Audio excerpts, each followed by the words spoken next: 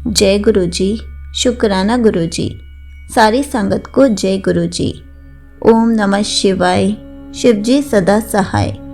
ओम नमः शिवाय, गुरु जी सदा सहाय। शिव पुराण श्री कोटि रुद्र संहिता का 21वां अध्याय, भीम शंकर ज्योतिर्लिंग का महात्म्य। सूत जी बोले, हे ऋषि गणों, अब मैं आपको भीम शंकर ज्योतिर्लिंग के महात्म्य के बारे में बताता हूँ। इधर जब दानव भीम को यह ज्ञात हुआ कि राजा कैद खाने में कोई अनुष्ठान कर रहा है, तब वह क्रोधित होकर जेल खाने में पहुंचा। भीम राजा से बोला, हे दुष्ट, तू मुझे मारने के लिए कैसा अनुष्ठान कर रहा है, बता, अन्यथा मैं अपनी इस तलवार से तेरे टुकड़े टुकड़े कर दूंगा। इस प्रकार भीम और उसके अन्य राक्षस सैनिक राजा को धमकाने लगे। राजा भयभीत होकर मन ही मन भगवान शिव से प्रार्थना करने लगा।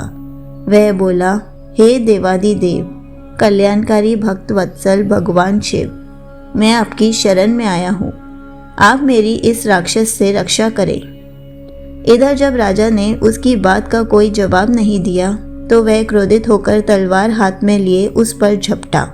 एकाएक वह तलवार शिवजी के पार्थिव लिंग पर पड़ी और उसमें से भगवान शिव प्रकट हो गए। उन्होंने अपने त्रिशूल से उस तलवार के 2 टुकड़े कर दिए। फिर उनके गणों का दैत्य सेना के साथ महायुद्ध हुआ। उस भयानक युद्ध से धरती और आकाश डोलने लगा। ऋषि तथा देवतागण आश्चर्यचकित रह गए। तब भगवान ने अपने तीसरे नेत्र की ज्वाला से भीम को भस्म कर दिया, जिससे वन में भी आग लग गई और अनेक औषधियां नष्ट हो गई, जो अनेकों रोगों का नाश करने वाली थी।